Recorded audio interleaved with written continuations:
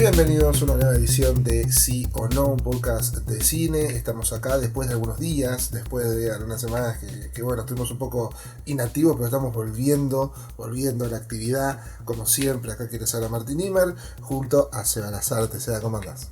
¿Cómo andas, Martín? Sí, volvimos, pero la cartelera nos tiene que llamar, ¿no? Nos tiene que llamar Es verdad, es uno... verdad. Hay gente que hace cine a veces que no le podemos dar la espalda, nos tenía que sacar de ese pequeño descanso que tuvimos, Sí, y por y no podía ser supuesto, otro que, claro.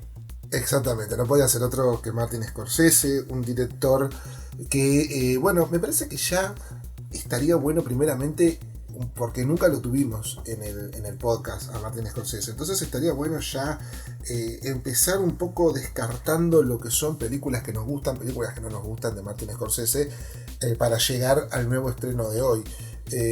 Por supuesto, y esto es totalmente ineludible, Martin Scorsese es uno de los directores más importantes del cine americano de la historia, diría yo, y Sí. sobre todo de la actualidad.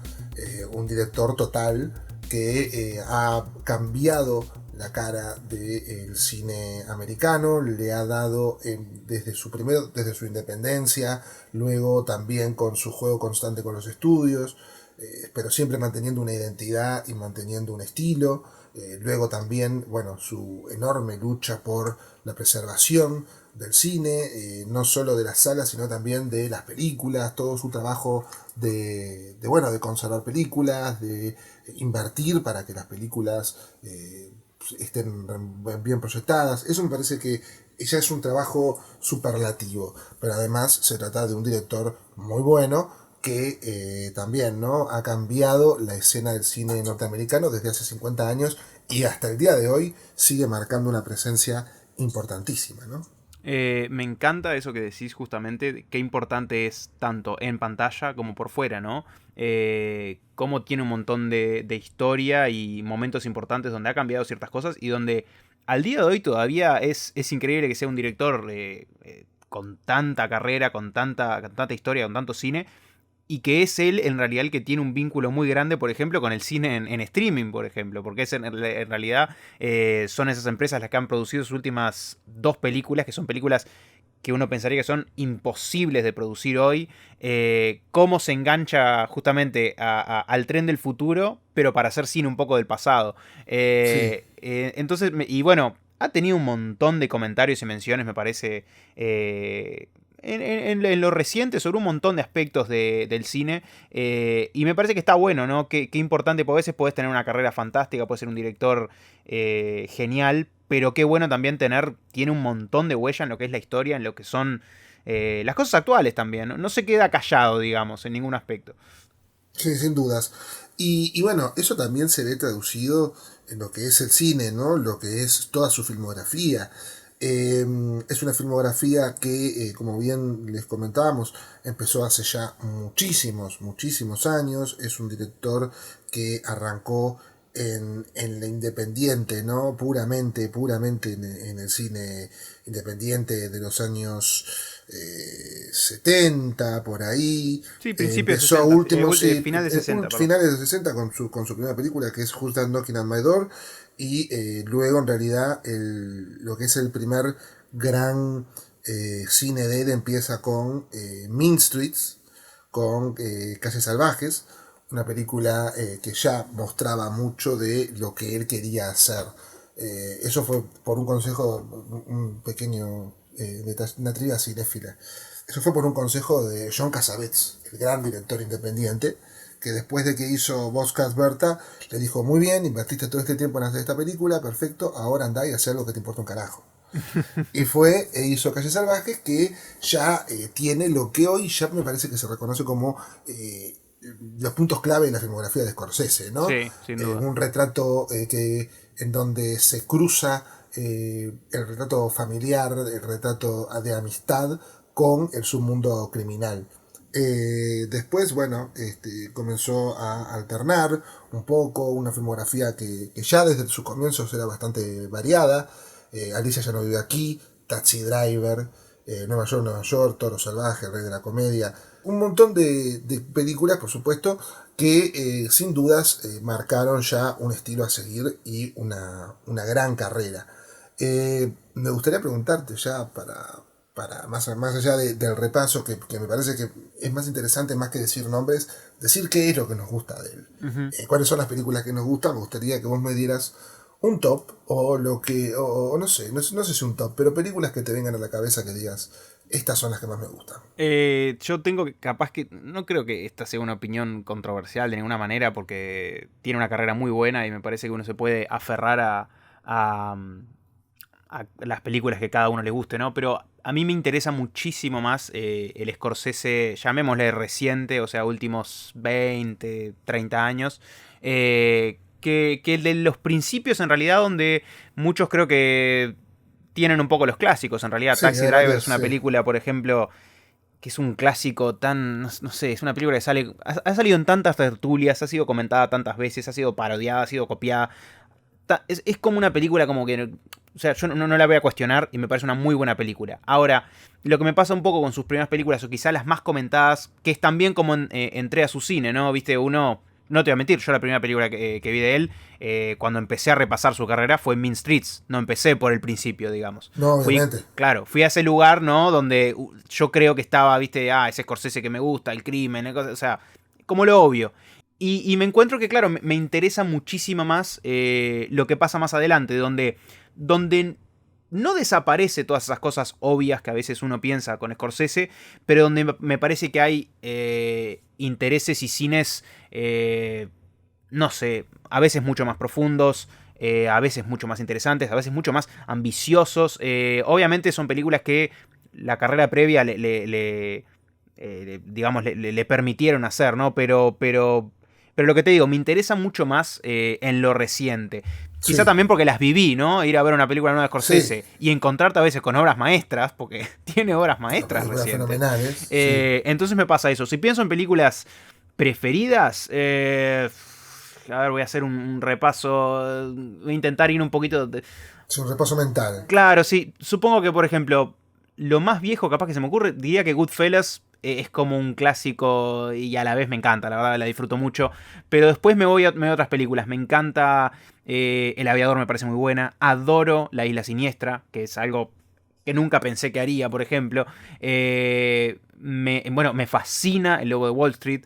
Y bueno, después su obra maestra, en mi opinión, es El Irlandés, que me parece que en algún momento yo me recuerdo ver la película, terminar de decir, por mí que termina acá su carrera, que no me pasa con un director que adoro, pero por mí que la termina acá, no solo porque me parece que hizo su mejor película, sino que es un cierre completo a una carrera que estaba completa, pero no, sigue y Sí, sigue.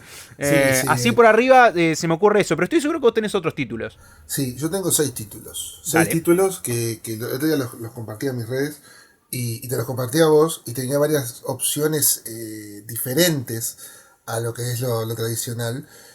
Yo tengo, no es un top precisamente, pero No, sí lo mío son películas que me tampoco, interesan. son recuerdos, sí. Toro Salvaje, Ujú. me encanta la vida de Joey LaMotta con una actuación superior de Robert De Niro. Ujú. Después de Hora, me resulta A vos te gusta eso. A sí, vos te muy gusta. escurridiza. La comentamos cuando hablamos de, Sí, creo que era Bowie's Afraid o algo así, me la sí, habías tiene comentado. mucho de eso, sí.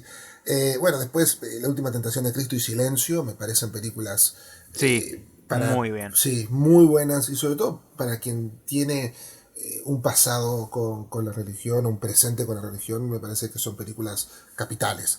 Y después, Sin bueno, El duda. Aviador me encanta, El Aviador también, ahí estamos totalmente de acuerdo y volvemos a estar de acuerdo también en que para mí la mejor es El Irlandés. Me fascina El Irlandés, me parece una película eh, en la que no puedo sumar más de lo que dijiste vos. Me parece todo lo que decís y estoy de acuerdo totalmente. Es una película fantástica y una obra maestra que resume una filmografía que culmina una forma total, ¿no? Del cine. Y sin embargo, bueno, ahora sigue el cine de Scorsese, sigue el mundo criminal, pero desde otro punto de vista, desde otra mirada, y lo hace con Los Asesinos de la Luna. Well, our war hero has arrived. You made a good choice coming back here. Osage are the finest, wealthiest, and most beautiful people on God's earth. They outsmarted everybody. They have the say. Who gets the oil? Son, I got a question. You like women? That's my weakness. Well, we mix these families together, and that estate money flows the right direction. It'll come to us. Shomikasi. That's how you are. I don't know what you said, but it must have been Indian for handsome devil. Película histórica basada en hechos reales. Es una película que nos lleva a la Oklahoma de los años 20, los años posguerra, por Primera Guerra por supuesto, cuando la nación Osage, que era una tribu de nativos americanos, descubre que tiene una gran reserva de petróleo en sus tierras, y eso va por supuesto a una gran riqueza que se va acumulando dentro de la nación. Sin embargo, la riqueza por supuesto va unida de peligros y cosas nuevas, y comienza a llegar un montón de personas nuevas a esta comunidad, hasta que se termina transformando en una comunidad en la que convive los nativos americanos con los blancos de Estados Unidos. Sin embargo, de un momento para el otro comienza a invadir en esta comunidad una ola de crímenes que justamente afectan a los indios que tienen tienen la herencia de este oro. Y eso es algo que justamente comienza a beneficiar a los blancos que estaban casados o que estaban en acuerdos con estos indios. Estos crímenes comienzan a ser tan alevosos, comienzan a ser tan poco disimulados, que terminan atrayendo a un primario FBI. Como comentábamos, el cine de Martin Scorsese me parece que se basa siempre en la estructura de un mundo criminal, pero que refleja también un poco los Estados Unidos en general. Es un microcosmos de, cómo la historia criminal termina armando la historia americana. Eso me parece que también está muy presente en esta película. Sí, como que salpica otras cosas. Y me parece que lo que te decía, que por ejemplo me pasaba mucho con Irlandés, que era una película que justamente tomaba un montón de cosas de la carrera de Scorsese, y me parece que las profundizaba o las reconfiguraba de un montón de maneras, que reflexionaba sobre un montón de cosas. Me parece que esta película de alguna manera tiene algunos parecidos. Olvidémonos de los datos, por ejemplo, que en vez de Netflix es Apple quien la produce, en vez de 3 horas 29 dura 3 horas 26, sigue siendo una épica de crimen de alguna manera, sigue siendo una épica además de mucho tiempo, y me parece que es una película que reconfigura un poco, por ejemplo, el género del western, que igual coquetea con el crimen que él conoce tan bien, que Scorsese conoce tan bien, que utiliza además mucho de su excelente humor negro, que es además, es una de las decisiones que voy a hablar más adelante, pero se nutre un montón de esas cosas para hacer, como decíamos, como una película que me parece que profundiza un montón más sobre géneros y lugares comunes, porque en realidad es una película que desde el argumento, vos lo planteás, está muy claro cuál es la temática, está muy claro cuál es el objetivo final, pero es una película que dura 3 horas y media. ¿Por qué? Por el juego que plantea y por los focos que pone, que me parece que me recuerda mucho a Scorsese, por ejemplo, a veces a poner la cámara frente a los malos de la historia, entre comillas, y cómo utilizando esa táctica, que a veces puede ser controversial o puede ser problemática, quizá para el ojo, digamos, inmediato, cómo logra hacer una película que para mí es a veces cómica en lo negro y después en lo dramático absolutamente devastadora, con decisiones muy interesantes hacia el final. Sí, opino exactamente igual, ¿no? Me parece que acá está en pura exhibición lo que es la narrativa y la técnica de un maestro del cine, ¿no? De alguien que controla totalmente lo que quiere contar, cómo lo quiere contar. Eso se ve en pantalla, y creo que sí, es una película que maneja muy bien tanto el humor negro como el drama, ¿no? No es una película que en ningún momento igual se siente burlesca. No. Ni nada. Es una película que tiene algunos momentos así de humor negro, pero que también maneja una épica histórica muy poderosa, que también conecta para mí conecta con dos películas. Hay dos películas de él que justamente son sus últimas dos películas, Silencio y El Irlandés. Con el irlandés yo creo que conecta justamente por el hecho de volver a analizar la historia de Estados Unidos desde una pátina criminal. O sea, desde una óptica de, bueno, Estados Unidos se construyó a partir del crimen. Esto es lo que constituye nuestras bases. Y segundo, me parece que tiene un estilo narrativo, se maneja de una forma muy pausada, y yo creo que ese tipo de ritmo solo lo podía hacer el director de hoy, solo lo podía hacer el director con la edad y con la sabiduría del presente. No solo lo podía hacer Martin Scorsese de la actualidad. Yo creo que Martin Scorsese de hace 30 años, Martin Scorsese de Casino, no podía haber hecho Silencio. Como no podía haber hecho Los Asesinos de la Luna. Me parece que es una cadencia que, o sea, más allá de que por momentos la película pueda parecer demasiado pausada, pero me parece que no está tan relacionado a ver si me lo puedo explicar bien. No me parece que esté tan relacionado a algo narrativo en sí. No me parece que la trama tenía que durar 3 horas y media. No, yo sé lo que vas a decir. Dale. Pero me parece que lo que tiene que ver con el lado meditativo de la historia y lo que tiene que ver con la reflexión de la historia es lo que le da la duración. Es lo que justifica que la película dura 3 horas y media. El hecho de que es una película que va por un lado de una reflexión muy pausada y una reflexión que va creciendo con el espectador.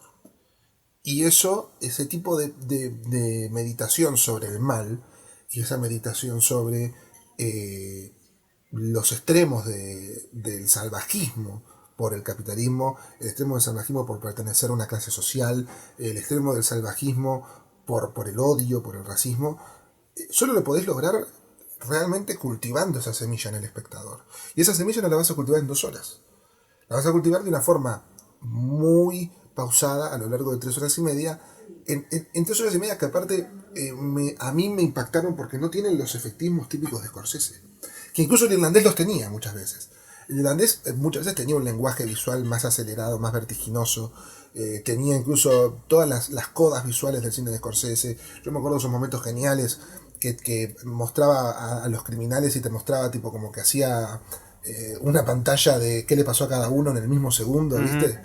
Ese tipo de cosas no están en Los Asesinos de la Luna, porque es otro cine, por supuesto, pero también me parece que es una película que sin renunciar a esas intenciones busca otro camino, busca no darte las ideas como podía ser el irlandés, que te da todo y te dice, mirá esta historia de mierda, mirá estos personajes, mirá lo que te está logrando, y en vez de eso quiere que vos lo hagas, quiere que vos plantees eso. Lo mira con una mirada mucho más triste, mucho más reminiscente de otras cosas, mucho más reminiscente de la historia, mucho más reminiscente de los personajes. Por ejemplo, cada vez que la película para mostrarte una foto, una recreación de una foto o una foto real de la Nación Osage, te pega. Y eso me parece que es algo que justamente solo se puede lograr con una película larga y con una película meditativa. No con una película que sea larga pero que vaya al ritmo vertiginoso que es el irlandés. Está bien eso del, por ejemplo, la reflexión, por ejemplo, del guión, que decís que es cierto. Yo mirando la película, hay escenas incluso que tienen diálogos no solo extensos, sino que la cámara se queda con el personaje. Se queda totalmente. Diciéndolos. Y yo, por ejemplo, decía, esto es cortable. No es que quería que lo cortaras, pero yo digo, esto es cortable. Ahora, sí, un director me parece con un poco menos de paciencia te lo hubiese cortado. Por supuesto. Por ejemplo, hay una escena, no es un spoiler esto, pero hay una escena que están los personajes de Lily Gladstone y DiCaprio cuando recién están como comenzando a salir y ella le dice, tenemos que escuchar la lluvia. Un director con menos edad y con menos paciencia, incluso te podría decir que el Scorsese de hace 20 años, te hubiese cortado esa escena en la mitad. O te lo hubiese cortado totalmente. Sí, a la mitad. No la puedes sacar. Esa creo que no la puedes sacar. Sí, no la puedes sacar porque es una escena bastante importante para los personajes, pero un director con menos paciencia te limaba muchísimo más esa escena. Sí. Y sin embargo, Scorsese deja que se reproduzca en su totalidad y te genera una hondura distinta. Claro, y también me parece que son decisiones incluso ni tanto de montaje, son decisiones ahí mismo. Me parece que la película plantea justamente una puesta en escena que quiere que veas esos diálogos en cámara, que quiere verlos enteros, que realmente no es una película, como decís vos, no es una película muy, muy bella, por ejemplo, pero es una película que a mí me salte a la vista justamente en esa puesta en escena. Pues es una puesta muy tradicional, como es la película en realidad, muy tradicional, muy anticuada en muchos sentidos. Es una épica antigua de alguna manera. Y es cierto, a mí me hizo acordar, ¿sabes qué? Vos dijiste, el ritmo me recuerda, por ejemplo, a Silencio y la forma en que trabaja. A mí me hace acordar un poco al Lobo de Wall Street en cómo funciona la película.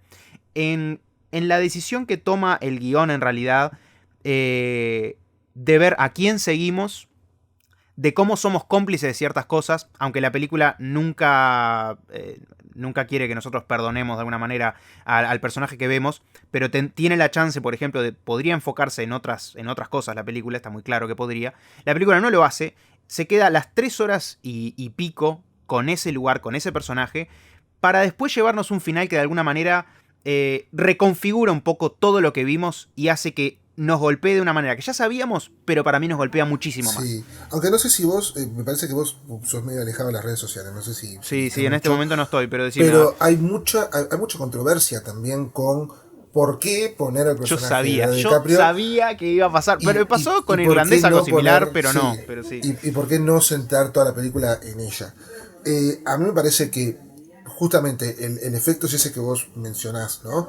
El efecto de poner al público en el lado de un personaje que no es digno de seguir, no es un héroe, y luego el final que recontextualiza todo el mensaje, y me parece que incluso resalta la intención de Scorsese de, ojo, yo no estoy aplaudiendo a este tipo. Es que está muy claro, pero es que es lo que pasaba con esa película también, claro, en su momento pasó.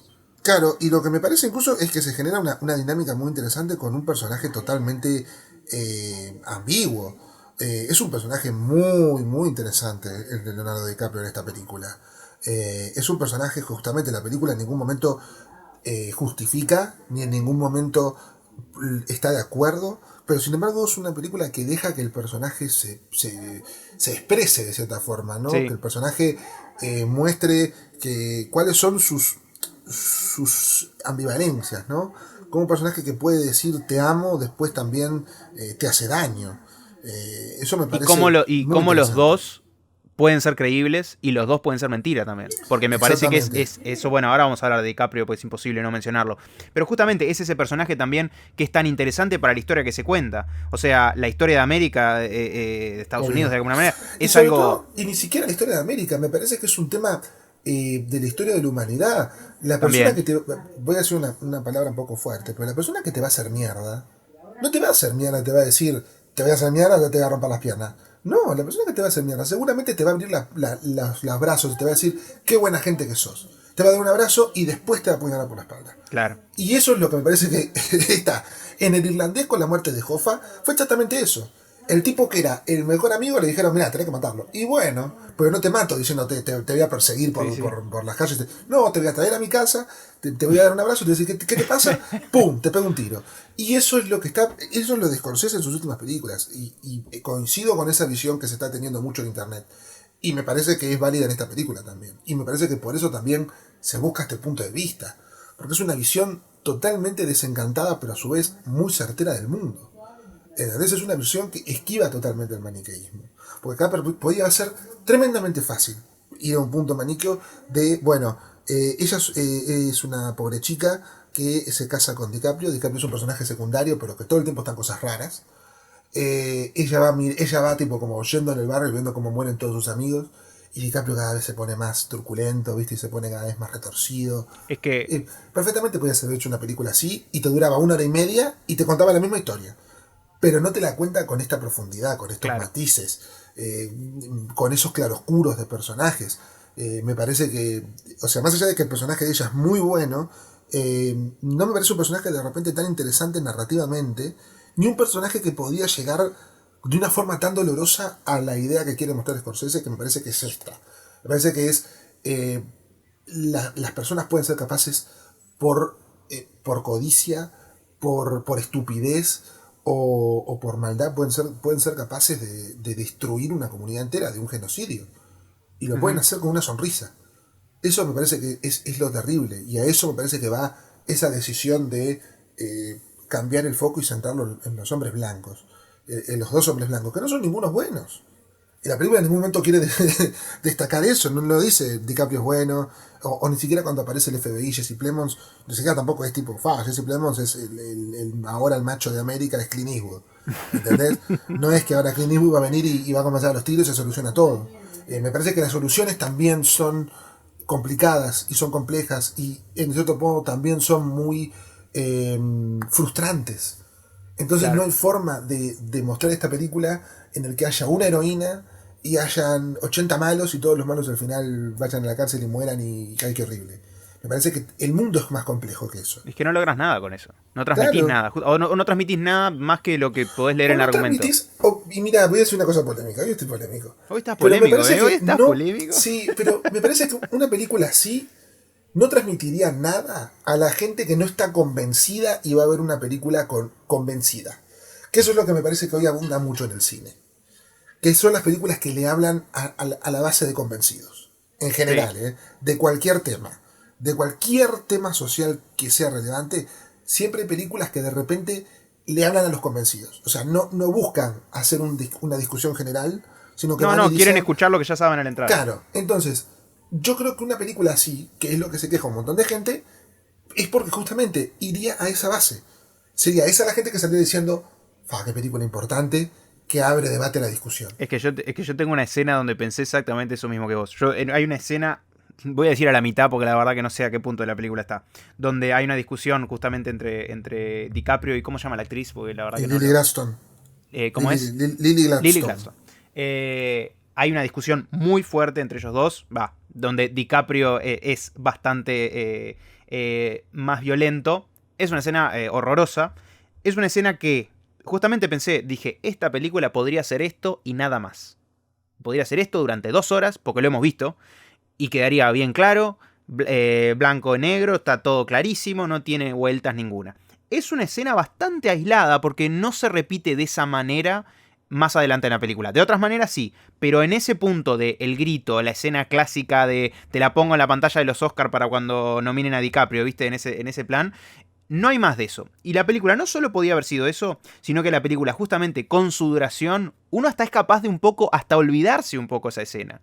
De los matices, idas y vueltas que tiene el personaje de DiCaprio. Que es un personaje que además me parece el más interesante para explorar en esta historia, porque justamente los horrores que hay acá, y la historia que se plantea acá es una historia justamente generacional, porque hay mucho de generación en generación. La película empieza hablando de generaciones y la película trata sobre generaciones, porque DiCaprio llega a esta historia siendo alguien y teniendo ciertas convicciones y siendo de cierta manera, pero es un personaje que tiene la oportunidad en varias partes de la película de cambiar ciertas cosas, de ser distinto, de estar justamente tirado por dos lados, muy ambiguamente, ¿no? Pero y es muy interesante justamente cómo ese convencimiento, cómo esas enseñanzas. Hay una escena justamente genial donde DiCaprio y De Niro tienen una conversación en lo que casi es un salón de Sí, un salón masónico. es un salón masón, pero tiene Sí. muchos aspectos de salón escolar por Sí. un evento que pasa ahí. Y justamente es eso, ¿no? Las enseñanzas de lo que vino antes, pasándose a lo que viene después y siguiendo la misma cadena de horrores. Justamente por eso me parece que el personaje de él es muy interesante, porque es ese el que tenemos que ver un poco. De decir, onda, mira, este personaje tiene las posibilidades de cambiar, ¿lo hace o no lo hace? ¿Cuál es la decisión que toma? Encima, además, muchas veces hace el loco. Y después otro tema, que es el personaje de centrarnos en ella. Es cierto que la película no se centra en ella. Yo creo que es de gusto, no te voy a decir que, no, en realidad la película está centrada en ella, y no, porque la realidad es que el 80% del tiempo, el 70% del tiempo vemos a DiCaprio en el plano. Ahora, sí es una realidad que la historia, cuando el personaje de ella pasa a otro lugar, digamos, queda por fuera de la historia se termina, o la película al menos cambia de cierta manera. O sea que de alguna manera la historia está centrada en ella igual. Porque Sí, cuando claro. ella ya no está en ese esquema que estamos siguiendo, ya no hace falta seguir la historia de la manera en que se está planteando en la película. O sea que igual ella cambia justamente el cine que tenemos acá. Lo altera. La forma en que está escrito el guión, aunque sea al final y aunque sea una forma de una película de 3 horas y media, yo entiendo que puede decir, no aparece mucho, tal. pensemos en la historia que se está contando, pensemos en cómo se resuelve y en las decisiones que se toman en este cine. Y me parece que justamente esas decisiones tienen que ver con el lugar de ella, que además es para llegar a un momento que para mí es espectacular sobre el final. Bueno, sí. Que de un golpe que vale la pena las 3 horas y media. Es un golpe que vale la pena las 3 horas y media y que no es un golpe gratuito, fácil o que uno, lo que te digo, podrías esperar cuando entras a la sala. Se hace de otra manera. Y es muy simple, pero es muchísimo más fuerte. Y hace que esta historia pegue muchísimo más. Entonces, es que yo me imaginé lo de la controversia. Por eso mismo que decís vos, hay gente que es convencida que quiere ver una película. Sobre esto, bueno, entonces ponémelo así, no me pongas grises, ponémelo así, porque yo lo entiendo así y es claro así. El mensaje acá es el mismo, yo sé cuál es desde que empieza la película. Ahora, hay una diferencia entre hacerlo como ya lo conocemos y no llevarme nada, y hacerlo de esta manera y llevarme un montón y que me pegue como me pega, porque esta película me pega. Ya te digo, yo creo que de esta manera, y justamente con ese plus de la duración, se consigue algo muchísimo más profundo, muchísimo más, más pausado, muchísimo más hondo para, ¿no? Como narración y como sí, público. Claro. Es algo realmente estupendo. A mí, justamente estamos hablando antes de que comenzáramos a grabar, cómo las películas cada vez están durando más. Pero si sucede como pasa en este caso, Pero está que la narración está bien justificada en sus 3 horas y media, que no sentís que sobren cosas, tampoco sentís que falten, porque eso a veces pasa. Entonces me parece que justifica totalmente y es totalmente válido. Y me parece que es una película con muchísimas aristas. Justamente es eso, ¿no? También esa cosa que Scorsese también ya hizo en el pasado.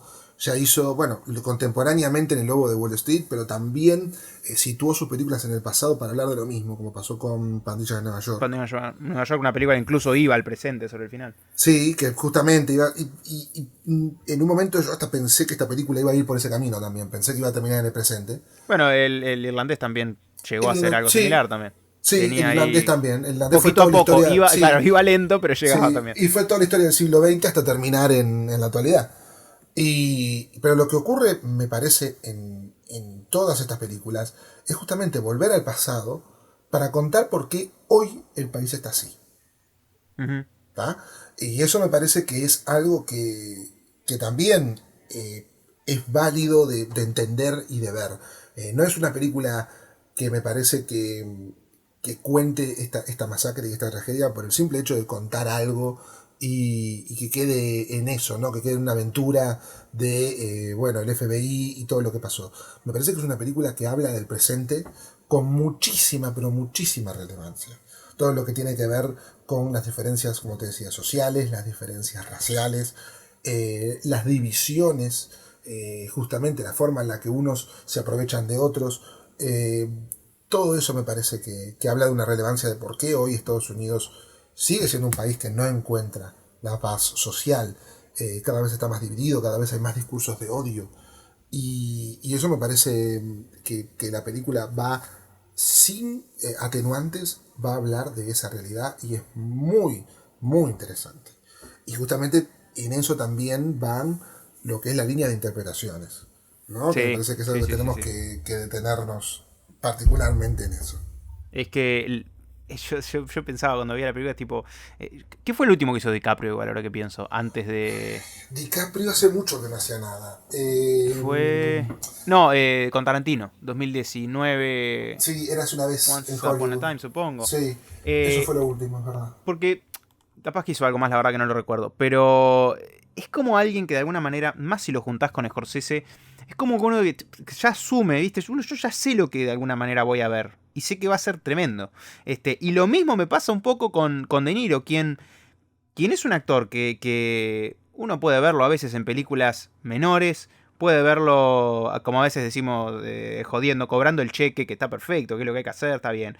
Pero hay una cosa con De Niro, que es cuando Scorsese lo llama, y quedó clarísimo en irlandés, y no lo tenía que volver a hacer, pero lo hizo, cuando Scorsese lo llama, el hombre está dispuesto a todo. Y da para lo que para mí es una es quizás hasta la actuación más interesante, porque su personaje muestra ciertos momentos de mucho de lo que vos decías, justamente, que se relacionan a Aloy, y lo muestra para mí de formas que justamente no son, obviamente son obvias, pero no estamos tan acostumbradas a verlas, porque muchas veces las muestran como en una forma tan obvia, tan clara. Acá hay este personaje... Perdón, Sí, una cosita. ¿Sabes de qué? Perdón, sí, entre Once Upon a Time y esta película hay una película de DiCaprio que nos olvidamos y nos encanta. ¿cuál? No miren arriba. A mí me gusta nominar. A vos también te gusta. A mí A vos me también te encanta, gusta. A nadie más le gusta, pero a nosotros nos gusta. Sí, y nos olvidamos, sí, que estuvo en esa película, es verdad. Y está nada que ver en esa película. Sí, En nada las que tres ver. están nada que ver una con otra. Viste, había que revisar. Yo sabía que había algo. Bueno, a mí me gusta. Bueno, él siempre cumple. No, justamente lo que te decía, el personaje de De Niro y cómo lo trabaja también, porque es un personaje horroroso y es como que funciona de una manera que lo que decís vos, en un momento te da un abrazo, en otro momento te dice una cosa, y de repente en una escena de forma tan casual, dice unas cosas tan horrorosas que me encanta justamente en cómo muestra la hipocresía de su discurso, y De Niro lo hace tan bien porque se lo cree. Cuando él dice unas palabras horribles y las dice convencido de que son así, al personaje te lo crees. No sentís que es un hipócrita y se hace el loco. Al personaje te crees las cosas horribles que las dice y las dice como la cosa más casual del mundo. Sí, claro. Incluso dice, Es esta que gente me adora. ¿Cómo no me sí. va a adorar? Es tremendo. Que así funciona, Es tremendo. así funciona. Pero aparte, lo que me ocurre a mí con el personaje de Robert De Niro es justamente eso que hablábamos un poco de lo bien que está De Niro, lo bien que está DiCaprio, y cómo te olvidás en un momento que De Niro es un actor tan enorme, ¿no? Por tantas películas que ha hecho también menores en estos años, a diferencia de DiCaprio, que DiCaprio se guarda un poquito más, DiCaprio ahora aparece mucho menos. Es un poco lo que está pasando con las estrellas de Hollywood, ¿no? Las verdaderas estrellas de Hollywood. Claro. O Que se de repente retiran o se guardan sí, para 2 o 3 películas. se guardan y después cada 2 o 3 años vuelven y te hacen un peliculón, o ni siquiera haciéndote un peliculón. De repente te hacen una película tipo, por ejemplo, Brad Pitt te hace Tren Bala y no es un peliculón, pero vos la mirás y decís, fa, ¿te acordás de Brad Pitt? Es Brad Pitt. Pero es Brad Pitt, tiene esa cosa, claro. Claro, tiene eso. Y acá me parece que es lo mismo, pero De Niro, vos a veces te olvidás que es un actor tan tremendo que ya con una entonación distinta de voz, ya con un cambio en la mirada, te está transmitiendo 80.000 cosas distintas.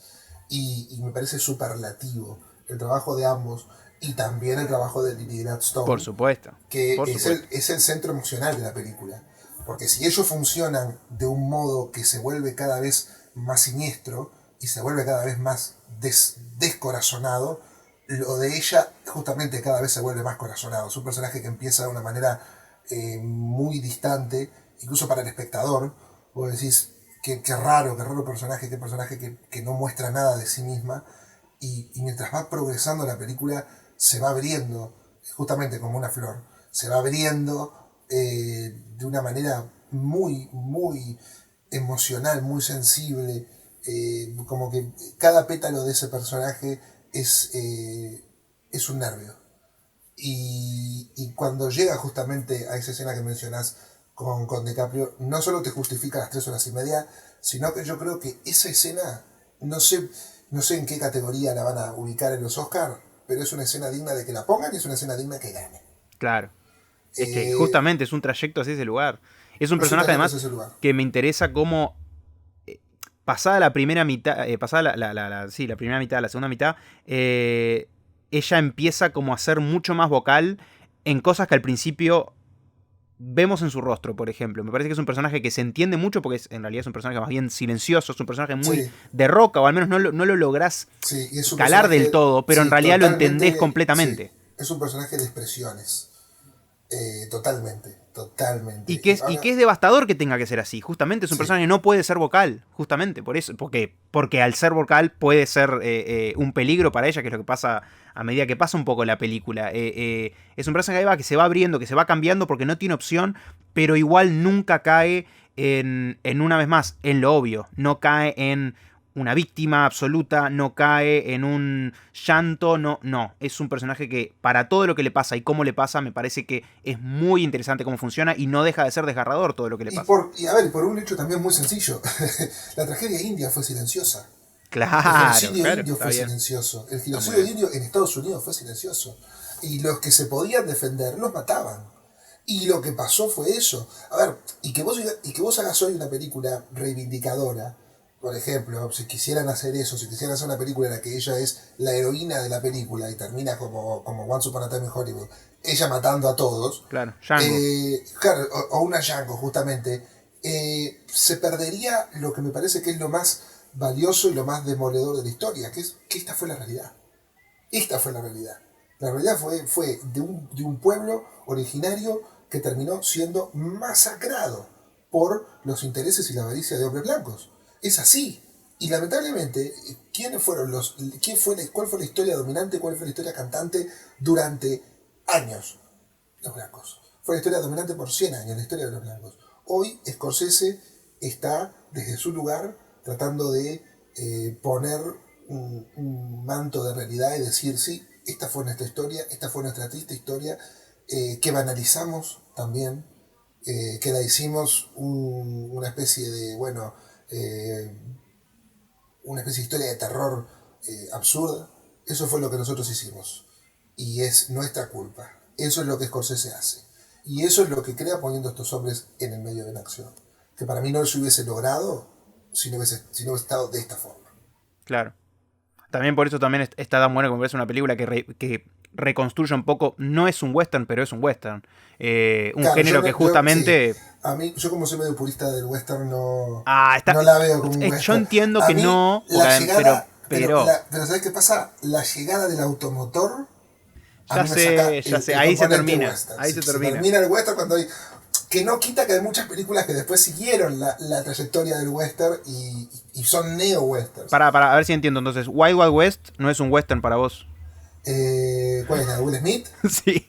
Eso es una tragedia nomás. Eso es una tragedia. No. O sea, viste, yo soy como Scorsese, le pongo un poco de humor a la parte dura. Claro, pero igual, a ver, sí entiendo que toma muchas cosas de lo que son personajes muy complejos del mundo del western. Personajes casi fordianos. Esa gente que está muy llevada. Lo que me parece que le falta de Ford es justamente, le falta el heroísmo de yo me llevo por mi honor. Y eso es lo que a mí me hace incluso cometer cosas de mierda. El honor. Y yo creo que eso no está acá en esta película. Uh-huh. Pero, porque no hay honor en ningún personaje. Yo te iba a decir, no lo veo difícil. Justamente. Sí. Pero sí, hay algo, ¿no? de ese retrato de Estados Unidos a partir del sufrimiento indio. Eso es lo que Ford un poco fue, no tanto por supuesto porque obviamente que en Ford siempre primaba un nacionalismo que incluso lo llevó a que la gente hoy piense que el tipo era un reaccionario, a diferencia de John Wayne, que sí lo era, pero no, John Ford no lo era. Y eso me parece que sí está presente en lo que es el corazón, el ADN de la película. Claro. Bueno, está. Me refería por ahí, ya sé que no, sí, cuando ves el automotor ya sé, no es lo obvio, pero es que es difícil también clasificarla, es una épica, dramática, histórica, que tiene tintes de crimen también, porque tiene mucho de peli de mafias de Scorsese sin ser una película de mafias. Entonces te quiero decir, se agarra cositas, es como inclasificable y a la vez es muy clasificable. A ver, la estructura criminal de esta gente no está muy lejos de la mafia. Y no, si la película está lleno de momentos que podrían haber sacado de otra película de mafia de Scorsese. Es que De Niro perfectamente podría haber continuado el personaje de otra película de Scorsese. Sí, claro. Sí, porque se ubicaba en esos roles, justamente. Y de alguna manera se ubican esos roles acá. Sí. La diferencia es también la luz en la que lo pone la película. Obvio. Es un lugar muchísimo más crítico. Hay una escena donde donde De Niro reza. Que es mortal esa escena. Sí. Con la honestidad con la que lo hace.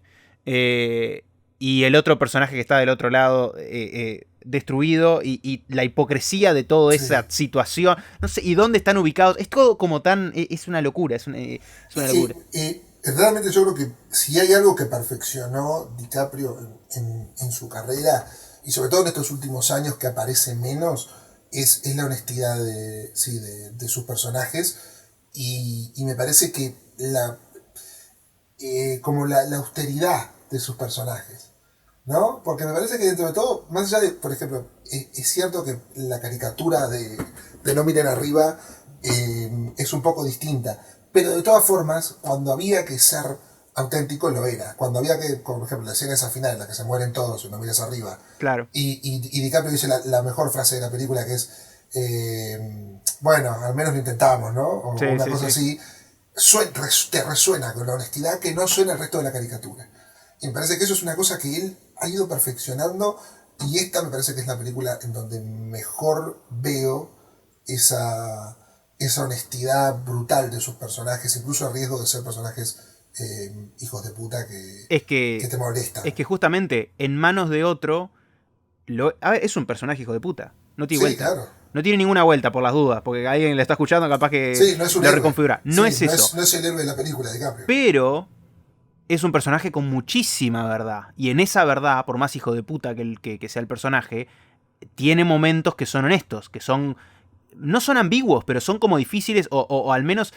Porque también es lo que te decía al principio. La gracia también, la película es un personaje, su personaje puede o debe ser moldeable de alguna manera. Y tenemos que ver hacia dónde va. De hecho, me parece que la definición final de la película es esa. Claro. Es hacia dónde va ese personaje. Pero es que me parece que de hecho hay una ambigüedad en el personaje. Pero me parece que no es por una ambigüedad que genere la película, sino el personaje en sí. Claro. O sea, a ver, es verdad, por ejemplo, uno de los asesores de la película, que era de la tribu Osage, y habló, dio un punto importante en la película, que a él no le gustaba tanto que se reflejara el punto de vista de DiCaprio y la historia de amor de ellos dos, porque una persona que te hace ese tipo de daño no te ama. Sin embargo, yo creo que la película refleja muy bien que la psicología del personaje, un personaje tan primario y un personaje con tantos remordimientos en cierto punto, en su mente puede existir esa idea. Puede existir esa idea de que hay amor, y más allá de lo que después termina pasando. ¿Entendés? Entonces yo creo que eso está muy bien reflejado en la película también. Claro. La idea de que, sí, o sea, es verdad que para el punto de vista del espectador y el punto de vista de cualquier persona sana y normal, eso no es amor. Pero para el punto de vista de una persona que está mal, y de una persona que claramente toda la película te muestra que el tipo está totalmente errado en sus concepciones morales, perfectamente puede existir una idea de amor, y de que eso a su manera es amor. Pero y más con las enseñanzas que tiene, o sea, más con las creencias que tiene, o sea, él de alguna manera funciona de la manera en que se lo instruye también. Incluso también por eso me parece que él mismo a veces está muy perdido en qué es lo que tiene que hacer, cómo es lo que tiene que hacer, se preocupa por él, por el otro, por quién, o sea... Es un personaje que es como muy complejo también, y por eso me parece justamente tener a alguien como DiCaprio es alguien capaz de sacar un montón de cosas que son necesarias sacar, que me parece que en las páginas capaz que ni siquiera están, y él tiene una manera de mostrarlas, tiene además una manera tan genial. Vos lo ves cuando habla y le ves la cara que está mintiendo por adentro, sí, o ese tipo de cosas que tiene que son geniales. Como ese toque nervioso sí. de los dientes. Los dientes como la mandíbula hacia adelante. Sí, la mandíbula hacia adelante y un movimientito nervioso del cuerpo. Y vos decís, ¡fua! Me estás contando todo. Que es justamente algo muy, muy deniresco también eso. De repente, bueno, con un poquitito de expresión vos me estás contando todo igual. Vos sabés que te voy a decir una cosa, y vos me dijiste esto porque vos la lograste ver antes que yo, la película, y me dijiste que era una película que con el tiempo te estaba dando incluso más, ¿no? Sí, de hecho voy a ver si esta semana la vuelvo a ver, me gustaría volver a verla y volver a disfrutarla. Ahí va, y lo gracioso fue cuando yo la terminé de ver, dije, a mí no me pasó esto es un peliculón, dije, de una. Y lo raro es que ahora la estamos conversando y la estuve pensando y me gusta más. O sea, igual me está dando ese efecto. Sí, claro. O sea, es una película que tiene mucho, mucho, mucho. Y justamente en 3 horas y media donde vos la estás siguiendo, es difícil, es como difícil volver hacia atrás, y a veces en realidad perdés un montón de cosas que están ahí y que están muy bien y que hacen que la película tenga muchísimos más matices y escenas incluso que algunas son hasta, la forma en que están hechas me parece que son hasta muy interesantes para analizar en contexto de toda la película. Otro tipo de momentos también, porque hay otros momentos que me parece que estamos salteando. Toda la parte de la cultura. Yo pensaba, la película, vos dijiste, tuvieron un asesor. Yo dije, esta película tiene que tener un asesor o algo, seguramente. Sí, sin porque si dudas. no, Pero todo me parece sí que contribuye a un cuerpo muy, muy bueno. Muy bueno. Es una película talentosísima. uh-huh. Realmente. Y lo último, y debo decirlo, hubo momentos donde no me partí de risa porque capaz que no era lo adecuado. Pero tiene un humor Scorsese que cuando empecé a verlo descubierto, porque no me quedaba claro si había o no había humor. Y en un momento me quedó clarísimo y es como una seguidilla de escenas tan geniales, tan geniales. Yo creo que debe tener la escena más, más negra de la historia de Scorsese. Ay, quiero que me la digas, pero Sí, a ver si estamos en el mismo lugar. Pero... Sí, tiene que ver con una consulta a un abogado. ¡Ay, genial! ¡Genial!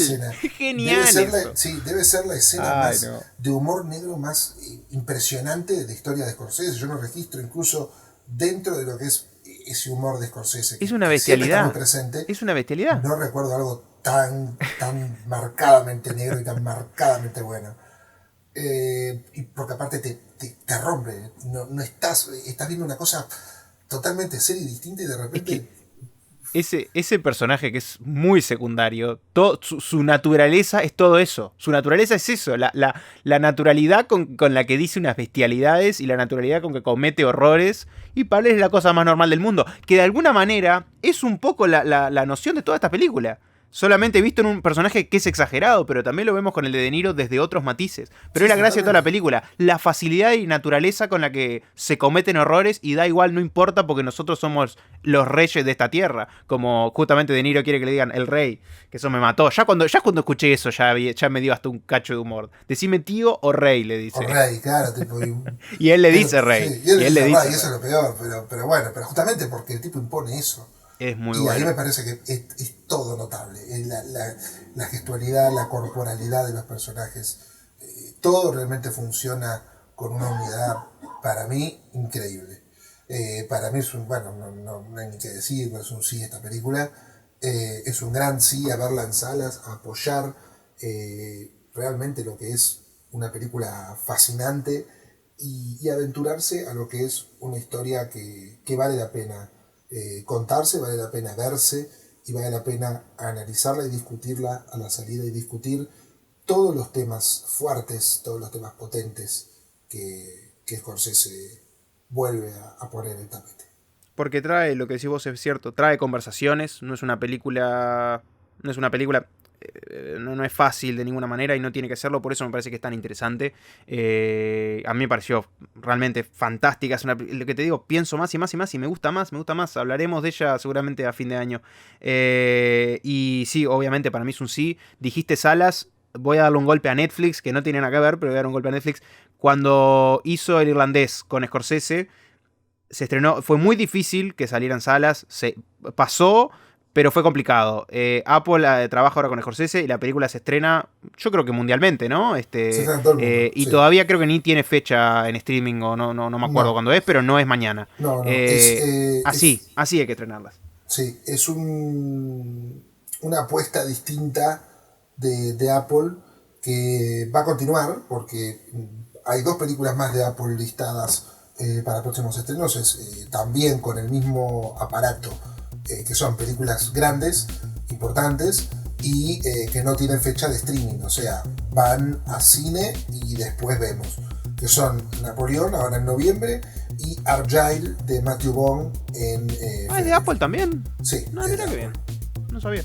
Y bueno, pero sí, ese es el proyecto de Apple, que sin dudas, con los buenos resultados que está teniendo El Señor de la Luna, buenos resultados por una película de 3 horas y media, yo creo que Netflix va a ser necesario que se replantee el negocio a futuro. Uh-huh. Y bueno, yo creo que ya con esto podemos ir entonces dándole cierre a nuestro capítulo. Decinos, Eva, dónde te podemos encontrar. Me pueden encontrar en cinexplicado.com y si no Cinexplicado en YouTube. Perfecto, a mí me pueden encontrar en La Vía en un Cine y también en todos los lugares en donde publicamos nuestro podcast que hemos dado a llamar Sí o No. Muchísimas gracias por escucharnos y hasta la próxima.